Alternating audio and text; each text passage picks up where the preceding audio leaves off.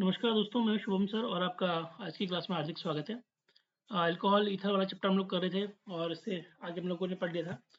चलिए आज सम commercial importance of alcohol को पढ़ लेते हैं कि इसमें कौन कौन सी कमर्शियल इंपॉर्टेंस हमें देखने को मिलती है। सबसे पहले हम बात करते हैं मेथनॉल की। तो मेथनॉल, जिसको मिथाइल अल्कोहल भी कहते हैं, वो ओरिजिनली प्रोड्यूस कैसे होता है जब आप किसी वुड चिप को हिट करते हो एब्सेंस ऑफ एयर में, यानी कि कोई वुड चिप हो, ठीक है, कोई लकड़ी की चिप हो या वुड हो, अगर आप उसको एब्सेंस ऑफ एयर में क्या करते हैं, जनरली इसको आप हीट करते हैं तो उससे मेथनॉल बनता है। ठीक है, some of the carbohydrates in the wood are broken down to form methanol and the methanol vapour is then condense. तो जो जनरली होता है क्या है कि जो वुड चिप होती है इसमें क्या प्रेजेंस होता है, कार्बोहाइड्रेट। तो इसके कुछ कार्बोहाइड्रेट जो होते हैं, ये कार्बोहाइड्रेट जो होते हैं ये जनरली ब्रेक डाउन होते हैं मेथनॉल बनाने के लिए। ठीक है ना, ठीक है। अच्छा, this process led to the name wood alcohol as another common name for methanol. तो इसलिए आप मेथनॉल को एक नाम से और जानते हैं, उसको आप क्या बोलते हैं, इसको आप बोलते हैं वुड अल्कोहल। इसे आप क्या बोलते हैं, वुड अल्कोहल आप इसे कहते हैं। मेथनॉल को जनरली वुड अल्कोहल भी कहा जाता है। अगर कमर्शियली बात करें कि मेथनॉल को कमर्शियली कैसे करना है, तो methanol is synthesize commercially by catalytic reaction of carbon dioxide with hydrogen gas. तो आप जब कार्बन डाइऑक्साइड को हाइड्रोजन गैस के साथ रिएक्ट करवाते हो, ठीक है, 300 से 400 डिग्री सेल्सियस में और 200 से 300 एटॉमिक प्रेशर में, ठीक है, तो आपका मेथनॉल क्या होता है, बन जाता है। ठीक है, तो नेचुरली और आपका कमर्शियली दोनों तरीके से आपको मैंने बता दिया है। ठीक है, अच्छा, तो मेथनॉल की कुछ इंपॉर्टेंट प्रॉपर्टीज भी है। Methanol excellent properties as polar organic solvent, ये पोलर ऑर्गेनिक सॉल्वेंट है, and widely use as an industrial solvent. तो ये इंडस्ट्रियल सॉल्वेंट की तरह क्या होता है, यूज होता है। इस पॉइंट को यूज रखिएगा, सॉल्वेंट वाला पॉइंट जो है यहाँ पर याद रखिएगा, सॉल्वेंट वाला पॉइंट जो है ये याद रखिएगा कि इंडस्ट्रियल सॉल्वेंट के रूप में इसका यूज होता है। ठीक है, टॉक्सिक, मोर टॉक्सिक होता है, ये मोर टॉक्सिक होता है किससे, एथेनॉल से। ये टॉक्सिक होता है मोर एथेनॉल से। ठीक है, और however and may cause blindness or death if large amount are inhaled or ingested. अगर आप इसको शरीर के अंदर ले लेते हैं तो आपके शरीर में अंधापन और कभी कभी मृत्यु तक आपकी हो सकती है। मेथनॉल इतना खतरनाक होता है, अगर आप इसको अपने शरीर के अंदर ले लेते हैं सांस के माध्यम से, किसी माध्यम से, तो ये दिक्कत कर लेगा। बात करते हैं एथेनॉल की। एथेनॉल को जनरली आप क्या बोलते हैं, इथाइल अल्कोहल, इसको इथाइल अल्कोहल भी कहते हैं। और ये प्री हिस्टोरिक टाइम से क्या हो रहा है, प्रोड्यूस हो रहा है। ठीक है, इथेनॉल या इथाइल अल्कोहल को जनरली हम शराब भी जनरली कहते हैं। तो जब हम प्री हिस्टोरिक टाइम बोल रहे हैं तो शराब, या आप इसको हम कह सकते हैं कि भाई ये वाइन कह लीजिए। वाइन कहना प्रॉपरली सही तो नहीं होगा, लेकिन आप कह सकते हैं कि शराब या वाइन के रूप में इसको पहले से ही यूज किया जाता रहा है। ठीक है, क्या दिक्कत हो गई, एक मिनट जी, एक मिनट है। ठीक है, शराब या वाइन के रूप में इसको जनरली यूज किया जाता है हमेशा। ठीक है, अच्छा, तो इथेनॉल में बेसिकली जो चीज देखी जाती है वो है फर्मेंटेशन ऑफ जूस। तो यहाँ पर इथेनॉल जो बनता है वो किससे बनता है, फर्मेंटेशन से। याद रखना, यहाँ पर शब्द क्या है, फर्मेंटेशन, यानी सड़ना। तो जब आपके फ्रूट्स होते हैं या फ्रूट जूस जो होते हैं, जब वो सड़ते हैं, ठीक है, सड़ना हम बेसिकली यहाँ पर बोलेंगे कि जब सड़ते हैं, सड़ना इनका होता है, तो वहां पर एथेनॉल आपका बन जाता है। ठीक है, जैसे यहाँ पर माल्टोज जो है, ये H2O की प्रेजेंस में माल्टेज नाम का एंजाइम यहाँ पर काम कर रहा है, ग्लूकोज में कन्वर्ट हो रहा है, और ये ग्लूकोज जो है ये जाइमेज की प्रेजेंस में एथेनॉल का निर्माण कर रहा है। तो यहाँ पर ग्लूकोज से ही आप क्या कर रहे हैं, ग्लूकोज से ही आप क्या कर रहे हैं, एथेनॉल का निर्माण कर रहे हैं। ठीक है, अच्छा, अब आप लोगों ने सुना भी होगा कि भाई एथेनॉल जो होता है वो मोटर फ्यूल होता है। इससे आजकल गाड़ियों को चलाया जा रहा है। क्यों चलाया जा रहा है, क्योंकि इसकी हाई ऑक्टेन रेटिंग होती है। इसकी क्या होती है, हाई ऑक्टेन रेटिंग होती है, और इसका लो एमिशन होता है क्योंकि ये बहुत कम प्रदूषण करता है। और इसकी हाई ऑक्टेन रेटिंग होने के कारण इथेनॉल जो है मोटर फ्यूल की तरह भी क्या यूज किया जाता है। ठीक है, however it should be used in a fuel system designed to withstand the alcohol tendency to dissolve plastic parts। ठीक है, आप इसे फ्यूल सिस्टम में भी आप इसको यूज कर सकते हैं। ठीक है, क्लियर है। Solution of 10% of ethanol is gasoline. In gasoline can be used in most cars without any adjustment. तो यहाँ देखिए कि अगर आप 10% अल्कोहल यूज करते हैं गैसोलीन में मिला के, तो वहां पर आपको किसी भी तरीके से इंजन में कोई भी एडजस्टमेंट नहीं करना पड़ेगा, वो आपका एज इट इज यूज हो जाएगा। ठीक है, तो today ethanol fuels are typically made from natural products such as corn और शुगर। तो ये नेचुरल प्रोडक्ट से बन रहा है। याद रखिएगा कि इसमें यहाँ पर शब्द आपको याद रखना है, नेचुरल। नेचुरल जो आपके प्रोडक्ट्स होते हैं, चाहे वो आपका क्या हो जाए, चाहे वो आपका शुगर हो जाए या कॉर्न हो जाए, या आपका क्या हो जाए, शुगर हो जाए। तो कॉर्न या शुगर से जो होते हैं ये आपके जनरली बनते हैं। ठीक है, तो कॉर्न और शुगर से आपका इथेनॉल बनता है, आजकल नेचुरली बन रहा है। ठीक है, क्लियर है। अब नेक्स्ट है आइसोप्रोपाइल अल्कोहल, जिसको आप जनरली 2-प्रोपेनॉल भी कहते हैं। तो आइसोप्रोपाइल अल्कोहल या 2-प्रोपेनॉल हो जाए, ठीक है। ये बेसिकली बनता कैसे, इनडायरेक्ट हाइड्रेशन ऑफ प्रोपाइलिन। तो ये आपका प्रोपाइलिन यहाँ पर आपको दिख रहा होगा। इस प्रोपाइलिन का जब आप इनडायरेक्ट हाइड्रेशन करवाते हैं, ठीक है, तो आपका क्या बनता है, आइसोप्रोपाइल अल्कोहल बनता है।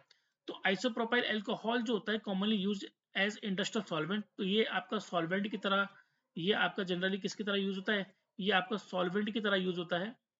क्या दिक्कत आ रही है इसमें, ये जनरली आपका किसकी तरह यूज होता है, सॉल्वेंट की तरह यूज होता है, ठीक है ना।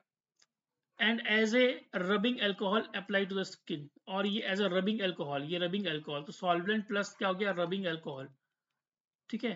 ये रबिंग अल्कोहल की तरह भी क्या होता है, यूज किया जाता है, रबिंग अल्कोहल, रबिंग अल्कोहल की तरह इसका यूज किया जाता है, ठीक है, ये यूज होता है। अच्छा, ठीक है। Although isopropyl alcohol is more toxic than ethanol, थोड़ा सा ज्यादा टॉक्सिक होता है इथेनॉल से, and it has less of a drying effect on the skin, इसका कम ड्राइंग इफेक्ट होता है स्किन में, and it is not regulated and taxed by US government as a ethanol. तो इसको जनरली हमारे लिए इंपॉर्टेंट नहीं है, इसको यूएस गवर्नमेंट करती है क्या नहीं करती है वो छोड़ दीजिए, हमारे लिए जरूरी नहीं है, लेकिन इसका लेस ड्राइंग इफेक्ट होता है स्किन में, ठीक है। तो यहाँ पर आइसोप्रोपाइलिन को अगर आप H2O से रिएक्ट करोगे तो आपका HSO3 HSO4 जो होगा वो यहाँ पर जुड़ जाएगा, फिर H2 का रिएक्शन करवाने का 2-प्रोपेनॉल आपको मिल जाएगा, जिसको आइसोप्रोपाइल अल्कोहल भी कहते हैं। नेक्स्ट इथाइलिन ग्लाइकोल, ये भी इंपॉर्टेंट है। और अगर हम देखेंगे तो इथाइलिन ग्लाइकोल की ये स्टेटमेंट पढ़ लीजिए आप, it is also used as reagent in making polyester, explosive, alkyd resin और सिंथेटिक वैक्सेस। इथाइल ग्लाइकोल जो है ये एग्जाम के लिए इंपॉर्टेंट है, ये एग्जाम के लिए क्या है, बहुत ज्यादा इंपॉर्टेंट है, ठीक है। क्योंकि इस इथाइलिन ग्लाइकोल से generally polyester, explosive, alkaloid resin, synthetic waxes का निर्माण किया जाता है, ठीक है। और दूसरी खास बात ये होती है कि ये जनरली ऑटोमोटिव एंटी फ्रीज, ठीक है, प्रिंटिंग इंक्स और पेंट सॉल्वेंट की तरह भी क्या होता है, यूज किया जाता है, हाइड्रोलिक फ्लूइड में एज इंग्रेडिएंट यूज होता है, ठीक है। ऑटोमेटिव एंटी फ्रीज की तरह यूज होता है, जहां पर कि आप सर्दियों की गाड़ियां जो होती हैं खराब ना हो, तो एंटी फ्रीज की तरह इसका इथाइलिन ग्लाइकोल का क्या होता है, यूज किया जाता है, ठीक है। क्लियर है, ठीक है। तो इथाइलिन ग्लाइकोल को आप पहले इथिलीन लेना है आप लोगों ने, फिर Ag2O O2 के साथ इथाइलिन ऑक्साइड बना देना है। इथाइलिन ऑक्साइड बनाने के बाद आपको इसका प्रोटोनाइजेशन करवाना है H2 के प्रेजेंस में, और आपका इथाइलिन ग्लाइकोल क्या हो जाएगा, बनके तैयार हो जाएगा, ठीक है। चलिए अब बात कर लेते हैं ईथर की, ईथर क्या होता है, ईथर को देख लेते हैं। ROR, जनरली इसको डाई एल्काइल ईथर आप कहेंगे। तो ROR और जनरल फार्मूला जो होता है इसका ये होता है, आप याद रखिए, जनरल फार्मूला आपके एग्जाम में पूछा जा सकता है।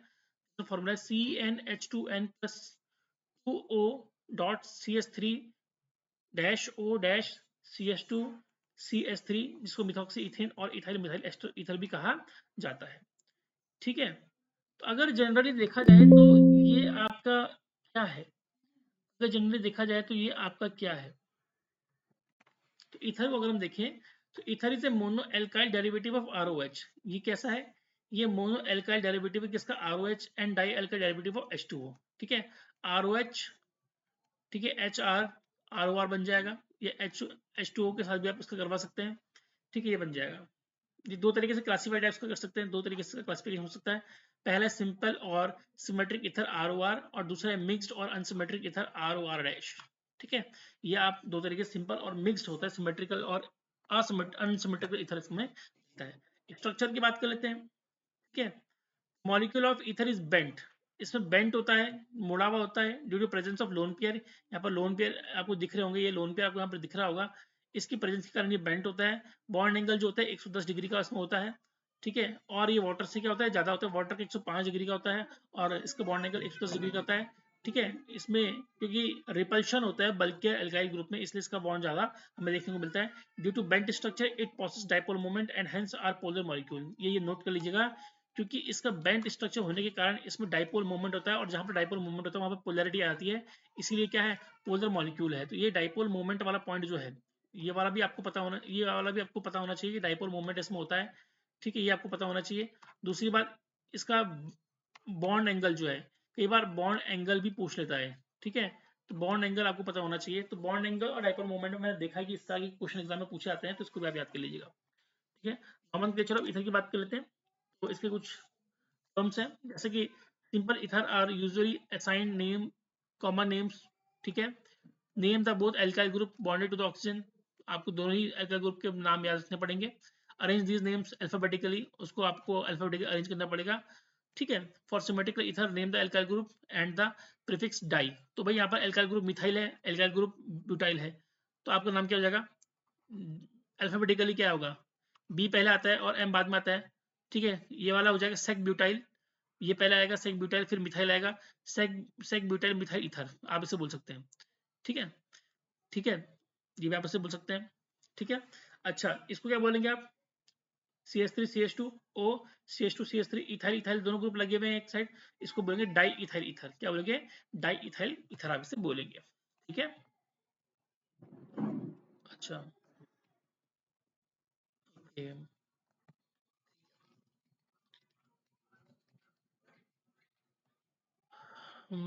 ठीक है। More complex ether are named using IUPAC system, अगर ज्यादा कॉम्प्लेक्स है तो उसको मैं IUPAC सिस्टम का यूज करेंगे। One alkyl group is named as a hydrocarbon chain and other is named as a part of the substance bonded to that chain, ठीक है। तो भाई आपको यहाँ पर याद रखना है कि एल्काइल ग्रुप जो होगा उसमें उसका हाइड्रोकार्बन चेन की तरह नाम आप रखेंगे, और जो उसके साथ अदर पार्ट जुड़े होंगे उसका सब्स्टिट्यूएंट जो होगा उस चेन के साथ बॉन्ड हो रखा होगा उसकी तरह आप क्या करेंगे, नाम रखेंगे, ठीक है। Name the simple alkyl group as an alkoxy, याद रखिएगा यहाँ पर आपको शब्द यूज करना है एल्कोक्सी, अगर सिंपलर एल्काइल ग्रुप जुड़ा है तो यहाँ पर आपको क्या करना है, एल्कोक्सी। जैसे ये हो गया मिथॉक्सी, ये हो गया इथॉक्सी, ये हो गया टर्ड ब्यूटॉक्सी, एल्कोक्सी ऑक्सी नाम आपको यूज करना पड़ेगा, ठीक है, क्लियर है ना। तो एल्काइल में वाई एल को चेंज करके ऑक्सी आपको लगाना पड़ेगा, और name the remaining alkyl group as an alkane, और बाकी का नाम कैसे रखेंगे, आप एल्केन रखिए। जैसे मैंने बोला कि CH3O, तो ये मिथॉक्सी हो गया, और मान लो कि CH3 तो मीथेन, तो मिथॉक्सी मीथेन इसको मैं लिखूंगा, कैसे लिखूंगा इसको, मैं लिखूंगा मिथॉक्सी मीथेन लिखूंगा इसको, ठीक है। तो बाद का जो नाम होगा, जो बाद का नाम आपको नजर आएगा, इसका नाम जो होगा वो एल्केन के ऊपर नाम होगा, किसके नाम के ऊपर होगा, एल्केन के ऊपर नाम होगा। तो मिथॉक्सी मीथेन हो गया, इथॉक्सी इथेन हो गया, ठीक है, ब्यूटॉक्सी ब्यूटेन हो गया, इस तरीके से नाम इसमें देखने को मिलता है, ठीक है। जनरल मेथड ऑफ प्रिपरेशन की बात कर लेते हैं कि इसका जनरल मेथड क्या है प्रिपरेशन का। तो पहली बात, ये सारी चीजें आपको मैंने ऑलरेडी करवा रखी हैं, ठीक है। एल्काइल हैलाइड का यूज आप कर सकते हैं, या RX एल्काइल हैलाइड हो गया, ठीक है।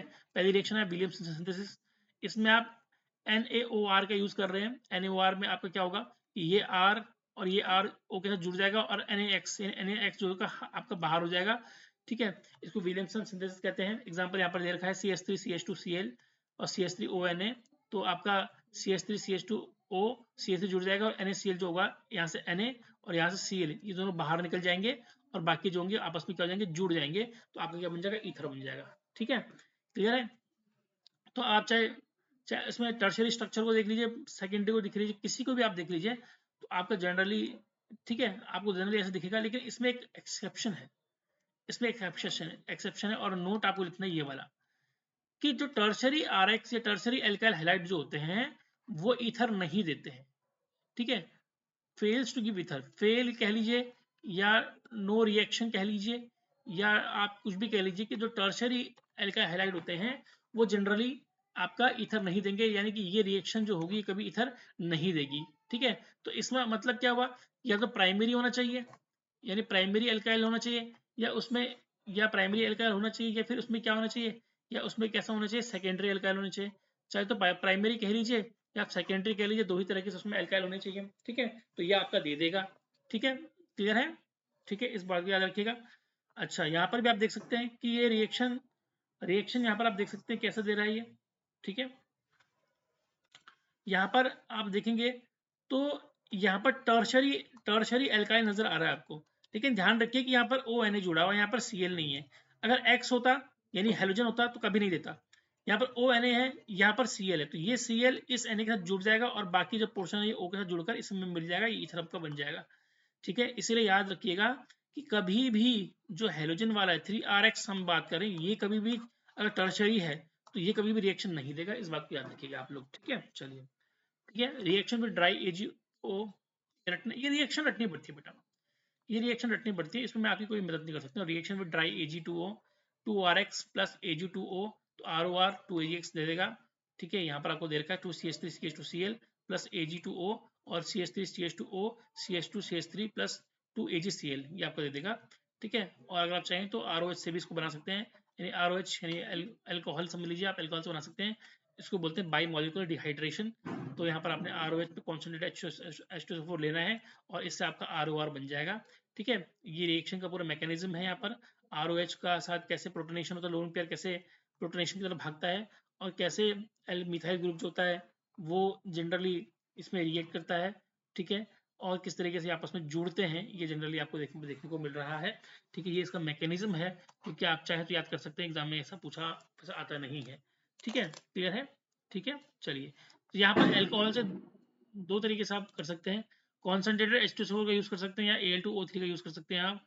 ठीक है, तो दोनों तरीके से आप ईथर बना सकते हैं। कॉन्सेंट्रेटेड H2SO यूज कर रहे हैं 140 डिग्री में तो विलियमसन सिंथेसिस को हम कहेंगे। ठीक है उससे आपका ईथर बन जाएगा। और 170 का डिग्री का यूज करेंगे तो उससे आपका एलिमिनेशन रिएक्शन होती है, आपका एल्कीन बन जाएगा। क्या बन जाएगा? एल्कीन बन जाएगा। तो यही फर्क होता है यहाँ पर कि आप कब ईथर बना रहे हैं, कब एल्कीन बना रहे हैं। ठीक है, तो एल्कीन कब बनेगा ये भी ध्यान दीजिए, ईथर कब बनेगा ये भी ध्यान दीजिए। ठीक है, Al2O3 की बात करें तो Al2O3 में अगर आप देखें तो यहाँ पर 250 डिग्री सेल्सियस में अगर आप दे रहे हैं तो यहाँ पर ईथर बन जाएगा। लेकिन अगर आप 350 डिग्री सेल्सियस का तापमान दे रहे हैं तो यहाँ पर आपका एल्कीन बन जाएगा। तो कब आपका एल्कीन बनेगा, कब आपका ईथर बनेगा, उसके लिए टेम्परेचर बड़ा इंपॉर्टेंट वेरिएशन फैक्टर अदा करता है। ठीक है, रिएक्शन विद द CH2N2 डाइजोमीथेन इसको कहते हैं। ROH का रिएक्शन आप अगर CH2N2 के साथ करते हैं, हीट करते हैं BF3 के प्रेजेंस में, तो CH3 आ जाएगा, N2 बाहर निकल जाएगा। ठीक है, इसको याद रखिए, सिंपल सी क्वेश्चन है, ज़्यादा परेशान इसमें होने की जरूरत नहीं है। बात करें फिजिकल प्रॉपर्टी की, CH3O CH3 CH3O CH2 CH3 are gases, यानी कि आपका मिथाइल मीथेन या मिथॉक्सी मीथेन और मिथॉक्सी इथेन। ठीक है, मिथॉक्सी मीथेन और मिथॉक्सी इथेन जो होते हैं गैसेस होते हैं, और higher ethers are volatile liquid, जो और इससे ऊंचे जो आपके ईथर होते हैं वो क्या होते हैं? वोलेटाइल लिक्विड होते हैं। Ether are less polar, polar होते हैं लेकिन कैसे होते हैं? लेस पोलर होते हैं। और ईथर जो होते हैं वो पानी में लेस सोल्यूबल होते हैं। ठीक है, बेंजीन में ज़्यादा सोल्यूबल होते हैं लेकिन इसमें लेस सोल्यूबल होते हैं। और ईथर जो होते हैं उनका जो है बॉइलिंग पॉइंट है वो लेस होता है, किससे? करस्पॉन्डिंग एल्कोहल से क्या होता है? उनका बॉइलिंग पॉइंट जो होता है वो लेस रहता है, कम रहता है। ठीक है, चलिए बात कर लेते हैं केमिकल प्रॉपर्टीज की, इसकी केमिकल प्रॉपर्टीज क्या क्या है। तो ether are less polar so less reactive. Simple सी बात है, जो जितना ज्यादा लेस पोलर होगा वो उतना ही कम क्या होगा? रिएक्टिव होगा। इस पॉइंट को नोट कर लीजिए, एग्जाम के लिए इंपॉर्टेंट है। ईथर जो होता है क्योंकि वो लेस पोलर होता है इसलिए लेस रिएक्टिव होता है। And do not react with active metals, वो एक्टिव मेटल्स से रिएक्ट नहीं करता है। ठीक है, कोल्ड डाइल्यूट एसिड रिएक्ट नहीं करता है, ऑक्सीडाइजिंग और रिड्यूसिंग एजेंट के साथ रिएक्ट नहीं करता है। ठीक है, और they do not have any active functional group, इसमें कोई भी एक्टिव फंक्शनल ग्रुप नहीं होता है। ठीक है, क्लियर है? पहली बात basic nature, due to presence of lone pair, इसमें लोन पेयर होता है on oxygen atom, either ether behave as Lewis base, ether react with cold concentrated acid and form oxonium salt। क्योंकि लोन पेयर होता है oxygen atom में, इसलिए ether जो होता है वो लेविस बेस की तरह क्या करता है? रिएक्ट करता है। बेसिक नेचर इसका होता है, इस पॉइंट को याद रखिएगा।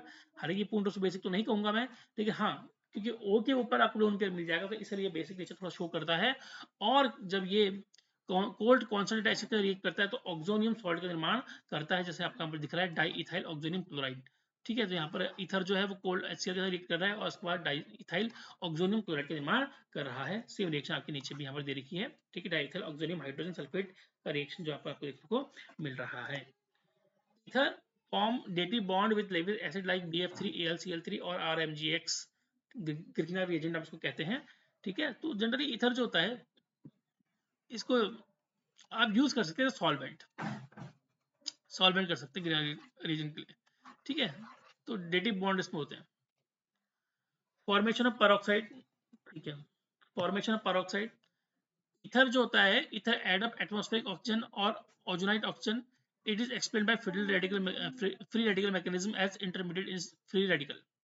तो कहने का मतलब ये है कि ईथर जो होता है वो एटमॉस्फेरिक ऑक्सीजन के साथ क्या करता है? रिएक्शन करता है और ओजोनाइट ऑक्सीजन का निर्माण करता है।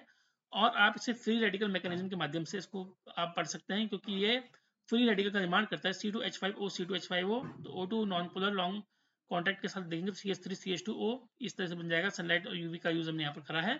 ठीक है, और इसके बाद C2H5O C2H5O आप यहाँ पर O का यूज कर रहे हैं, तो इसके बाद आपका C2H5O C2H5 और C2H5O इस तरीके से आपका ये बन जाएगा, फॉर्मेशन ऑफ पर ऑक्साइड इसमें हो जाएगा। पर ऑक्साइड में आपका 2 ऑक्सीजन के एटम जो होते हैं जुड़ जाते हैं, ठीक है। और लॉन्ग कॉन्टैक्ट में भी आपका यहाँ पर दिख रहा है। जनरली पर ऑक्साइड जो होता है अनस्टेबल होते हैं और क्या होते हैं, एक्सप्लोसिव होते हैं नेचर में, ठीक है। चलिए, रिएक्शन में PCl5 ROR प्लस PCl5 ये रखना पड़ता है बेटा। हीट RCl देगा आपको और PuCl3 बाहर हो जाएगा। रिडक्शन में हाइड्रोजन जुड़ जाएगा, तो CH3 CH2O CH2 CH3, तो सिंपल सी बात है कि आपका OH होगा तो बाहर निकल जाएगा और आपका एल्केन यहाँ पर बन जाएगा आपको, ठीक है। ये आपको देखने को ज़्यादा मिलेगा। और रिएक्शन विद HX ROR के साथ HI का रिएक्शन कर दीजिए, ROH एल्कोहल यहाँ पर बन जाएगा और RI आपका बाहर निकल जाएगा। तो रिएक्शन विद HX में आपको करना पड़ेगा, ये रट्टा मारना पड़ता है अपने बच्चों। बात कर लेते हैं इलेक्ट्रोफिलिक सब्स्टिट्यूशन रिएक्शन की, हैलोजिनेशन और फील्ड का नाइट्रेशन, ये हम देख लेते हैं। इलेक्ट्रोफिलिक सब्स्टिट्यूशन रिएक्शन भाई जनरली ये फंडामेंटल कॉन्सेप्ट माना जाता है ऑर्गेनिक केमिस्ट्री का, और एरोमेटिक कंपाउंड में बहुत ज़्यादा इसका यूज होता है, ठीक है। इसमें होता क्या है, this process involve substitution of an atom or a group in a molecule by an electrophile. तो इस प्रोसेस में एक एटम और ग्रुप का सब्स्टिट्यूशन किया जाता है किसी इलेक्ट्रोफाइल के द्वारा, ठीक है। और aromatic compound specially benzene and its derivatives are highly prone to electrophilic substitution. जितने भी एरोमेटिक कंपाउंड्स होते हैं जैसे कि बेंजीन होते हैं, ये बहुत ज़्यादा इलेक्ट्रोफिलिक सब्स्टिट्यूशन रिएक्शन देते हैं, क्योंकि इनके पास क्या होता है, इनके पास होता है डीलोकलाइज्ड पाई इलेक्ट्रॉन सिस्टम। इनके पास क्या होता है, डीलोकलाइज्ड पाई इलेक्ट्रॉन सिस्टम। तो इलेक्ट्रोफिलिक सब्स्टिट्यूशन रिएक्शन जब भी आप पढ़ेंगे तो यहाँ पर एक शब्द आता है डीलोकलाइज्ड, इसको याद रखेंगे, delocalised pi electron system, pi electron system. इसको आप एज इट इज क्या करेंगे, याद करेंगे, ठीक है। तो डीलोकलाइज्ड पाई इलेक्ट्रॉन सिस्टम आप इसको एज इट इज याद कर सकते हैं, ठीक है। अच्छा जी, ओके। तो यहाँ पर आप देख रहे हैं कि डबल बॉन्ड यहाँ पर हट रहा है, तो स्वाभाविक है कि हटने का कारण है लोन पेयर का चेन के अंदर आ जाना, ठीक है, और इसका पूरा सर्कुलेट होना, ठीक है, और इस तरीके से दोबारा से वापस बन जाना इसका, ठीक है। तो ये इलेक्ट्रोफिलिक सब्स्टिट्यूशन रिएक्शन होती है।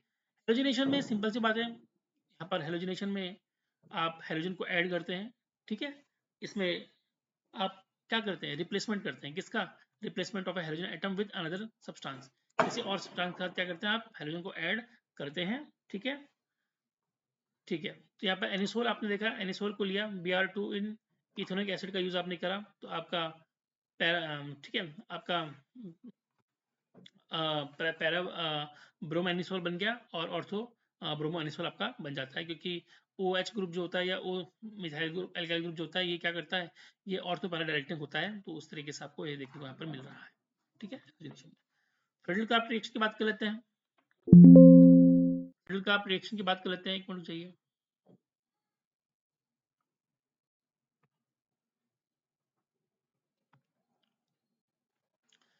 Friedel-Crafts reaction is an aromatic chemical reaction that undergoes an electrophilic aromatic substitution। यहाँ पर भी सेम वही होता है, ठीक है। Friedel-Crafts alkylation और Friedel-Crafts acylation दो तरह की रिएक्शन होती है इसमें। तो यहाँ पर आप देख रहे हैं कि OCH3 ग्रुप है, इसमें CH3Cl का यूज हो रहा है एनाइड्रेस AlCl3 की प्रेजेंस में, और जो CH3 आपका है वो आपका ऑर्थो और मेटा पोजीशन पे आ जा रहा है, ठीक है, ठीक है। इस तरीके से CH3COCl आप COCH3 का यूज कर सकते हैं, आपका ये भी पैरा और मेटा पोजीशन पे आपका COCH3 आपका आ जाएगा। तो एक में क्या बन रहा है, एक में टॉलिन बन रहा है और एक में क्या बन रहा है, एसिडोफिनोन बन रहा है, ठीक है। तो दोनों कंडीशन को देख लीजिए, तो यहाँ पर ऑर्थो पैरा डायरेक्टिंग होते हैं, इस बात को याद रखिएगा आप लोग, ठीक है। नाइट्रेशन में भी सेम होगा, ऑर्थो पैरा डायरेक्टिंग होगा। नाइट्रेशन में क्या हो रहा है, एनिसोल जो हो रहा है उसमें आप क्या कर रहे हैं, आप AlCl3 का यूज कर रहे हैं, ठीक है, और CH3COCl को इथेनॉल क्लोराइड को आप जोड़ रहे हैं इसमें, ये भी ऑर्थो और पैरा पोजीशन पे आपका लग जाएगा, 2 मिथॉक्सी एसिटोफिनोन बनेगा और 4 मिथॉक्सी एसिटोफिनोन मेजर बन जाएगा, ठीक है, क्लियर है। यूज ऑफ इथर की बात कर लेते हैं, एस्थेटिक एजेंट की तरह यूज होता है, हटा मान लीजिए। सॉल्वेंट मैंने आपको पहले बताया कि सॉल्वेंट की तरह यूज होता है, किसके लिए, ऑयल फैट रेजिन रीजन के लिए सॉल्वेंट की तरह यूज होता है, ठीक है। इनर्ट और moist free medium to organic reaction, ये प्रोवाइड करता है इनर्ट और moist free medium organic reaction, जैसे कि वुड रिएक्शन में और परफ्यूमरी में, परफ्यूम बनाने में इसका यूज होता है, ठीक है। और डाई आइसोप्रोपाइल ईथर का यूज आपका पेट्रोल में as an anti knock compound के तरीके से यूज होता है, इसको याद कर लीजिएगा, नोट कर लीजिएगा इसको एग्जाम के लिए, कि इसका एक ईथर जो ऐसा है जिसका यूज किसके लिए होता है, एंटी नॉक कंपाउंड की तरह होता है, पेट्रोल में यूज होता है, ठीक है। और mixture of alcohol ether is used as a substitute of petrol. ये नोट कर लीजिएगा कि जो ईथर होता है और अल्कोहल होता है उसको आप एज ए पेट्रोल के सब्स्टिट्यूट के रूप में ले सकते हैं। ट्रेड नेम क्या है पर नेटलाइट, क्या है ट्रेड नेम नेटलाइट, ठीक है, इसको आप यूज कर सकते हैं। क्वेश्चन यहाँ पर आपके सामने है, which of the following is the most suitable requirement for the dehydration of ethanol to form an ether? तो आंसर है सल्फ्यूरिक एसिड at 413 केल्विन पे, ठीक है। और which of the following is not favorable for the proper dehydration of alcohol to form ether? तो क्या है, presence of bulky alkyl group in the alcohol, ठीक है, ये भी आप देख सकते हैं। हीट में आ रहा है question, heating of phenyl methyl ether with HI produce हमेशा फिनॉल। ये रिएक्शन रटनी पड़ती है बेटा, अगर आपको रटनी होंगी तो आपको आ जाएगा, ठीक है, क्लियर है।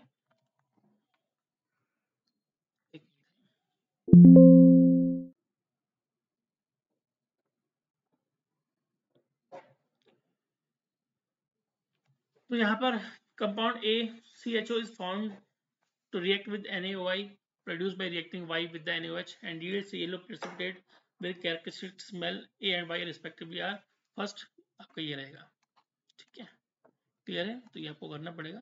और एक क्वेश्चन आखिरी का आज करें, arrange the following compounds on increasing order of rate of aromatic electrophilic substitution, ठीक है, तो आपका ये रहेगा सबसे ज्यादा C में फर्स्ट, फिर A में सेकंड, फिर आपका B में थर्ड और फिर आपका किस में D में फोर्थ, ठीक है। तो आज के लिए इतना काफी, मेरे बच्चों ये चैप्टर खत्म होता है, मिलेंगे हम नए चैप्टर में, आज के लिए इतना काफी है, आप सभी का धन्यवाद।